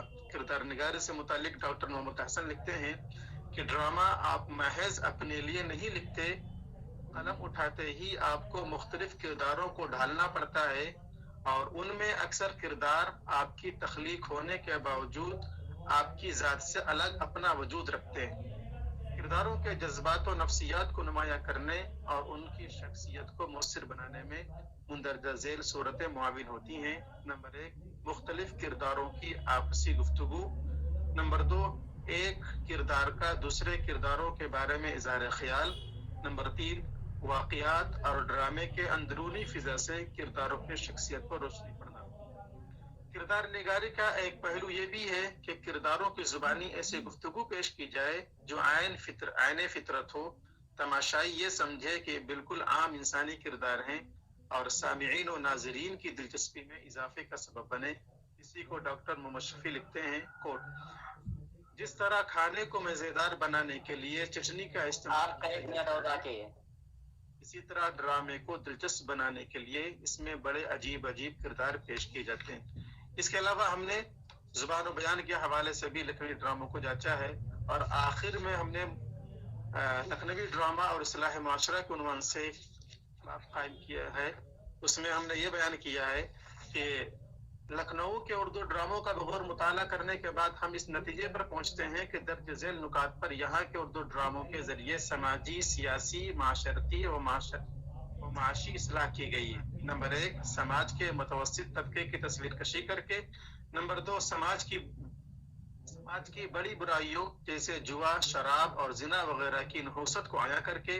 نمبر 3، عداوت و دشمنی اور عصبیت کے نقصانات کو ظاہر کر کے۔ نمبر 4، صغیر سنی کی شادی کے نقصانات اور اس کی خرابیوں کو اجاگر کر کے۔ نمبر 5، اخوت و محبت اور ہمدردی اور رواداری کا پیغام عام کر کے۔ شکریہ، بہت شکریہ جناب عقیل احمد صاحب۔ اب میں سیمینار کے اگلے مقالہ جناب مسعود الحسن خان صاحب کو دعوت دیتا ہوں کہ اپنا مقالہ پیش کریں۔ محمد علی جوہر یونیورسٹی رامپور سے ہیں۔ ان کے مقالے کا عنوان ہے مولانا محمد علی جوہر کی اردو صحافت۔ السلام علیکم سر، آواز آ رہی ہے میری؟ جی آ رہی ہے۔ سامعین کرام، میں مسعود الحسن خان محمد علی جوہر یونیورسٹی رامپور سے پی ایچ ڈی اردو کا طالب علم اپنا مقالہ مولانا محمد علی جوہر کی اردو صحافت کے زیر عنوان پیش کر رہا ہوں۔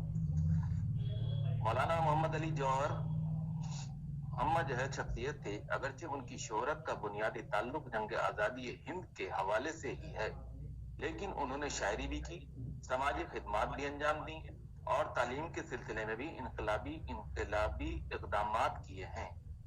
محمد علی جوہر کو زیادہ تر مجاہد آزادی ہند کے نام سے یاد کیا گیا ہے، اور بے شک ان کی زندگی کے افکار و اعمال کا بیشتر حصہ اور ترجیحات و مقاصد کا اولین محور و مرکز ही हिंदुस्तान को अंग्रेजों के पंजे जुल्म से आजाद कराना था। इस हुर्रियत पसंदाना मकसद की बजा आवरी के लिए जौहर ने कलम का सहारा लिया और सहाफत को अपना हथियार बनाया। जौहर का ये हथियार तीर और तफंग से ज्यादा मौसर साबित हुआ और अंग्रेजों के ईमानों में हलचल सी मच गई। मौलाना मोहम्मद अली जौहर को सहाफत की दुनिया में कामरेड और हमदर्द के हवाले से शोहरत हासिल है। कामरेड पहले जारी हुआ और उसके बाद उसके 2-2.5 साल बाद हमदर्द भी शाये होना शुरू हुआ। कामरेड 14 जनवरी को कलकत्ता से जारी हुआ। ये दुरुस्त है कि इस अरसे में मौलाना ने जो मज़ामीन अपने अखबारात में लिखे उनसे मुसलमानों के जज्बात में एक हलचल सी पैदा हो गई। कामरेड अपने वक्त का मकबूल तरीन अखबार था, बाद में हमदर्द शाये होना शुरू हुआ तो उसको भी गैर मामूली मकबूलियत हासिल हुई। इस तरह ये बात वाज़ेह हो जाती है कि पहले कामरेड और बाद में हमदर्द के नाम से मौलाना ने अपनी सहाफती जिंदगी का आगाज किया। अब सहाफत के हवाले से मौलाना मोहम्मद अली जौहर के अफकार और नजरियात का जायजा लेते हैं। उन्होंने इस हवाले से खुद भी तहरीर किया है कि सहाफत से मेरी गर्ज सहाफत नहीं बल्कि मुल्क मिल्लत की खिदमत है। दरअसल मौलाना मोहम्मद अली जौहर बहुत ही ज़हीन और संजीदा फिक्र नजर के हामिल इंसान थे। वक्त के तकाज़ों को समझते थे और लम्हा लम्हा तगय्युर पजीर होते मुआशरे और उसके ताज़ा तरीन ज़रूरियात को बखूबी जानते थे। इसलिए उन्होंने अपने मकसद यानी जंग आज़ादी के हुसूल के लिए सहाफत का पेशा इख्तियार किया। उन्होंने ज़राए अबलाग की अहमियत व अफादियत को समझ लिया था और इसलिए उस दौर में बेहतरीन खातिर ख्वाह तनख्वाह वाली मुलाजमत यानी रियासत बड़ौदा की मुलाजमत को अलविदा कहकर महदूद ज़राए के बावजूद मैदान सहाफत में तबाज़माई करने लगे। कामरेड के इजरा से 5-6 साल कबल ही मौलाना ने सियासत में भी अमली तौर पर सरगर्म हो गए थे। 1906 में जब ढाका में मुस्लिम लीग की बुनियाद डाली गई तो वो इसमें भी शरीक हुए थे। उन्होंने अपने अखबारात इसी मकसद के तहत जारी किए थे कि उनके सियासी ख्यालात व नजरियात जो एक अरसे से उनके दिलो दिमाग में मौजूद थे उनके इजहार का रोशन और बेहतरीन रास्ता कलम के जरिए तलाश कर सकें। इस दौर के हंगामा खेज हालात के मुताबिक मुसलमानों में एक अच्छे और साफ सुथरी छवि वाले अखबार की कमी भी थी और कई दानिश्वर इस कमी को शिद्दत से महसूस करते थे। इसलिए कामरेड और हमदर्द को बहुत मकबूलियत हासिल हुई। जौहर को अगरचे अपनी सहाफत से कोई माली मुनाफियत तो नहीं हुई, लेकिन उसके बावजूद उनके सहाफियाना जिंदगी बहुत शान से गुजरी। अपने उसूलों के धनी थे और उनका खुद भी यही कहना था कि बगैर किसी अकीदे के अखबार नवीसी महज दुकानदारी। अखबार का काम राय आमा की रहनुमाई करना है, ना कि उसकी तकलीद। उन्होंने पढ़ने वालों के ख्यालात की तकलीद और रुझानात की ताईद कभी नहीं की और इसी उसूल की खातिर उनके दोनों अखबारात को नुकसान भी पहुंचा, लेकिन अपनी जगह से टस से मस न हुए।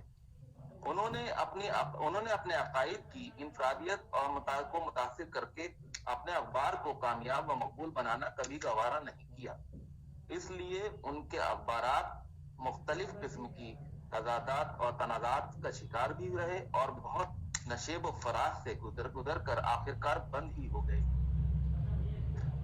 बुनियादी तौर पर यही बात कही जा सकती है कि जौहर सहाफत में अकीदे, उसूलों और नजरिए के कायल थे। वो किसी के मुकल्लिद नहीं थे बल्कि सबके रहबर थे। उनकी सहाफत का बुनियादी नजरिया व अकीदा कौमी इत्तेहाद, हिंदुस्तान की मुकम्मल आज़ादी, आलम इस्लाम में मुसलमानों की सरबुलंदी था। उन्होंने किसी मरहले पर अपने उसूलों को तर्क करना या किसी तरह का कोई नर्म व नाजुक लोचा में समझौता कभी गवारा नहीं किया। बाज लोगों का ख्याल है कि मौलाना मोहम्मद अली जौहर اخبار نویسی کے لیے بنائے گئے تھے، اور یہ واقعہ ہے کہ انہوں نے اخبار نویسی میں وہ کامیابی حاصل کی جو ہندوستان میں شاید کم ہی لوگوں کو نصیب ہوئی ہو۔ اردو صحافتی تاریخ مولانا محمد علی جوہر کی ہمیشہ احسان مند رہے گی، اور جب بھی اردو صحافت کا تذکرہ ہوگا تو نمایاں طور پر مولانا محمد علی جوہر کا نام بھی لیا جائے گا۔ شکریہ۔ ہو گیا سر، شکریہ سر۔ جی جی، بہت شکریہ جناب مسعود الحسن خان صاحب، آپ نے اپنا مقالہ بہترین انداز میں پیش کیا۔ اب اس کے بعد اس سیمینار کے آخری مقالہ نگار ہیں جناب محمد رضوان صاحب، جامعہ ملیہ اسلامیہ۔ ان کے مقالے کا عنوان ہے فن تاریخ گوئی ایک تعارف۔ آپ اپنا مقالہ پیش کریں۔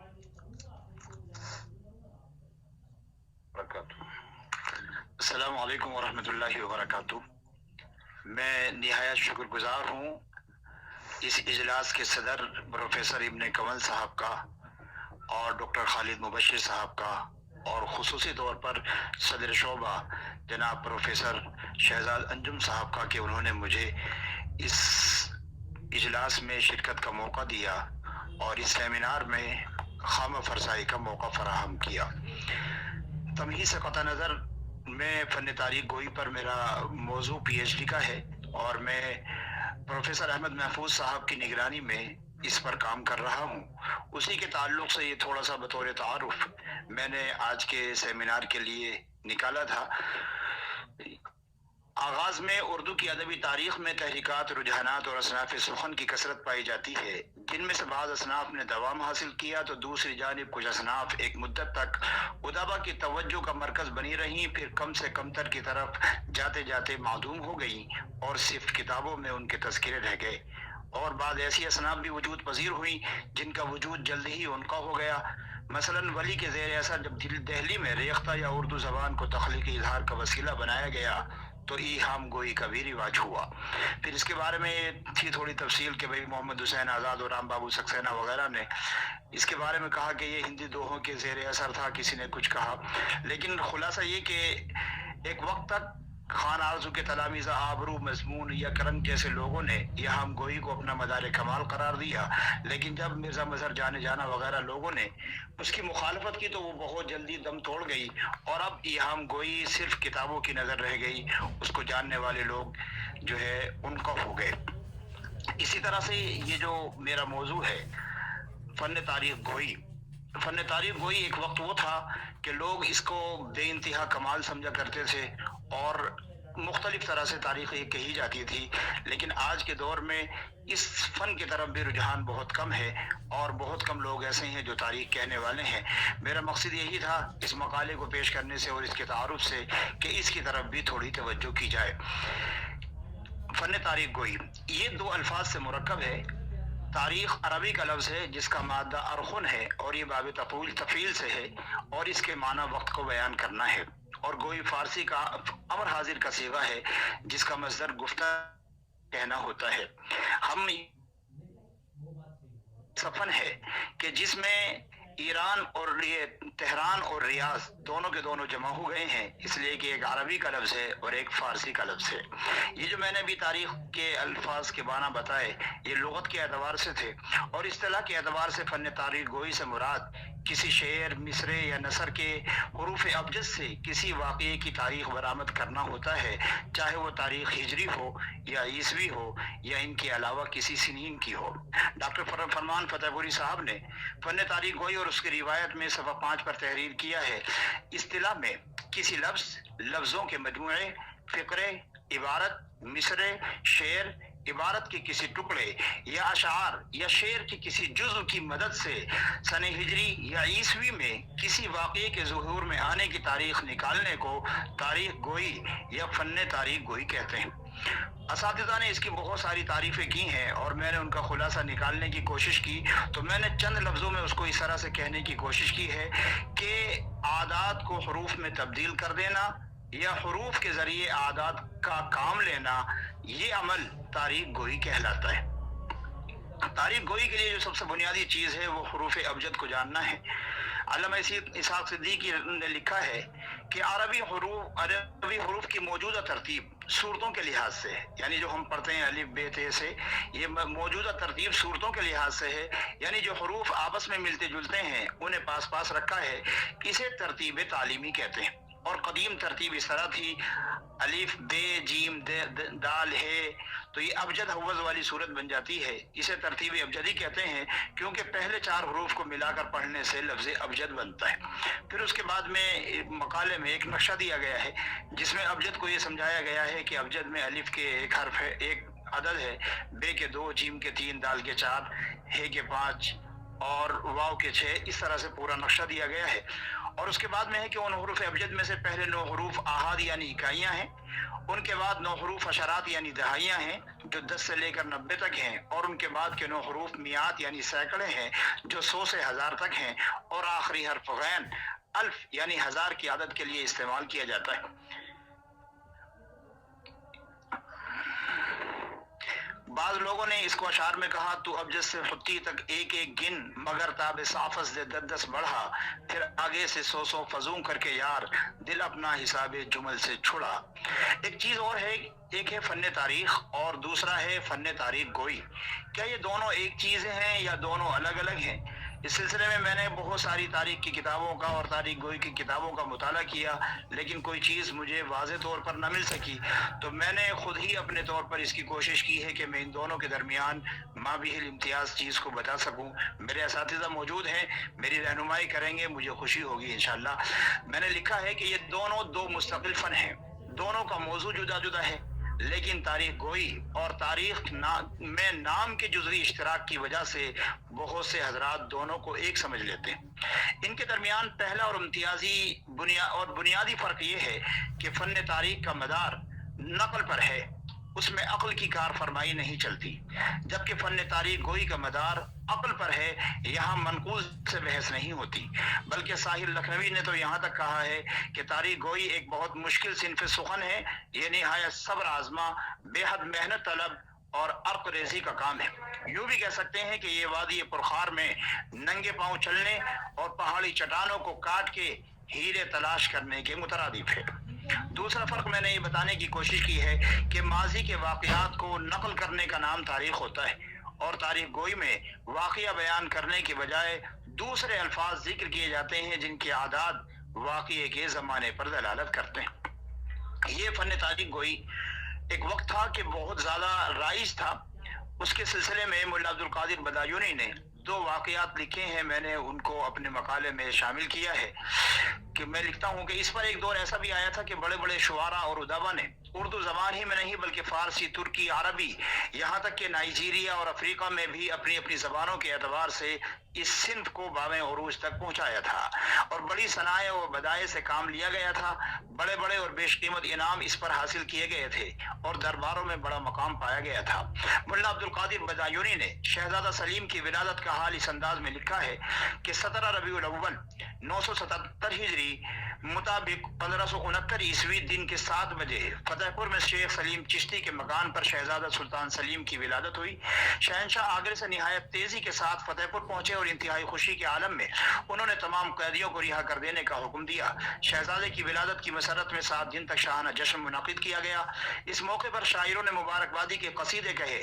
خواجہ حسین مروی نے جو قصیدہ کہا تھا اس کے ہر مصرے سے بادشاہ کی تاریخ جلوس اور دوسرے مصرے سے شہزادے کی تاریخ ولادت نکلتی۔ اس قصیدے کے صلے میں بادشاہ نے اسے 2 لاکھ تنکے کا انعام دیا تھا۔ قصیدے کا آخری شعر یہ تھا: شاہ ماں پائندہ بادو باقی آں شہزادہ ہم، روز ہائے بے حساب و سال ہائے بے شمار۔ یہ منتخب تواریخ کے صفحہ نمبر 89 پر ملا عبدالقادر بدایونی نے ذکر کیا ہے۔ اسی طرح شہزادہ سلیم کے پردادا بابر کے بارے میں لکھا ہے کہ انہوں نے شیخ زین الدین خان کو، جن کا تخلص وفائی تھا، پورے ہندوستان کا صدر الصدور بنایا تھا، اور انہیں نظم و نثر کے تمام اصناف میں بڑی مہارت حاصل تھی۔ جب وہ پہلی مرتبہ بادشاہ بابر کے پاس آئے تو بادشاہ نے ان سے پوچھا کہ آپ کی عمر کیا ہے؟ انہوں نے جو جواب دیا وہ سننے کے قابل ہے۔ انہوں نے کہا بس جی سنیے، بس میں ختم کر رہا ہوں جی، بس 5 برس پہلے 40 سالہ تھا اور اب 40 سالہ ہوں اور 2 برس بعد 40 پورے ہوں گے۔ یہ ایک جملہ جو مختصر سے جملہ انہوں نے کہا، بس 5 برس پہلے چہل سالہ تھا اور اب چہل سالہ ہوں اور 2 برس بعد چہل پورے ہوں گے۔ مطلب یہ ہے کہ چہل کے عدد 38 ہوتے ہیں۔ 5 سال پہلے میری عمر 33 سال تھی، اب چہل کا یعنی 38 سال کا ہو گیا ہوں اور 2 سال بعد چہل یعنی عمر کے 40 سال پورے ہو جائیں گے۔ کیونکہ وقت میرا ختم ہو رہا ہے، بس میں اخیر میں مختصراً یہ عرض کرتا ہوں کہ 3 قسمیں اس کی بتائی گئی ہیں، اور خلاصہ یہ ہے کہ زمانے کی ناقدری اور بدلتے ہوئے مزاج کے باعث یہ فن اپنی زندگی کی آخری سانسیں لے رہا ہے، اور اس میں امکان بھی کم ہی نظر آ رہے ہیں کہ ان سانسوں کی ڈور نصف صدی بھی طے کر پائے گی یا نہیں۔ جدید سائنسی ترقی، روز افزوں ہونے والی تبدیلیوں نے ماضی کو ایک قصہ پارینہ بنا کر رکھ دیا ہے۔ جب ادب کی موت اور زندگی کے بارے میں سوالات اٹھائے جا رہے ہوں تو اس وقت تاریخ گوئی جیسے فراموش شدہ اور مٹتے ہوئے فن کی بقا کے بارے میں بھلا کون سوچ وچار کرے گا۔ کلاسیکی ادب سے بیزاری، عربی اور فارسی زبان سے ناواقفیت اور تساہل پسندی نے ہمارے معاشرے کو اس طرح اپنی لپیٹ میں لے لیا ہے کہ موجودہ عہد میں کلاسیکی ادبی سرمایہ کا تحفظ ایک اہم مسئلے کے طور پر سامنے آنے لگا ہے، اور مستقبل قریب میں یہ مسئلہ انتہائی خطرناک صورت اختیار کر سکتا ہے۔ تو اس لیے میں عرض کرنا چاہتا ہوں اپنے اساتذہ سے، اور کیونکہ میں تو یہ نظم وغیرہ نہیں کہہ پاتا، تو جو لوگ اس کو جانتے ہیں وہ تھوڑا سا تاریخ گوئی کی طرف بھی توجہ کریں تاکہ یہ مٹتا ہوا فن دوبارہ زندہ ہو سکے۔ ایک بار اخیر میں پھر دوبارہ شکریہ کہ آپ نے مجھے خامہ فرسائی کا موقع دیا۔ السلام علیکم ورحمۃ اللہ وبرکاتہ۔ بہت شکریہ جناب محمد رضوان صاحب، آپ نے بہت بہترین انداز میں اپنا مقالہ پیش کیا۔ اس کا چارجر لگاؤ پلیز۔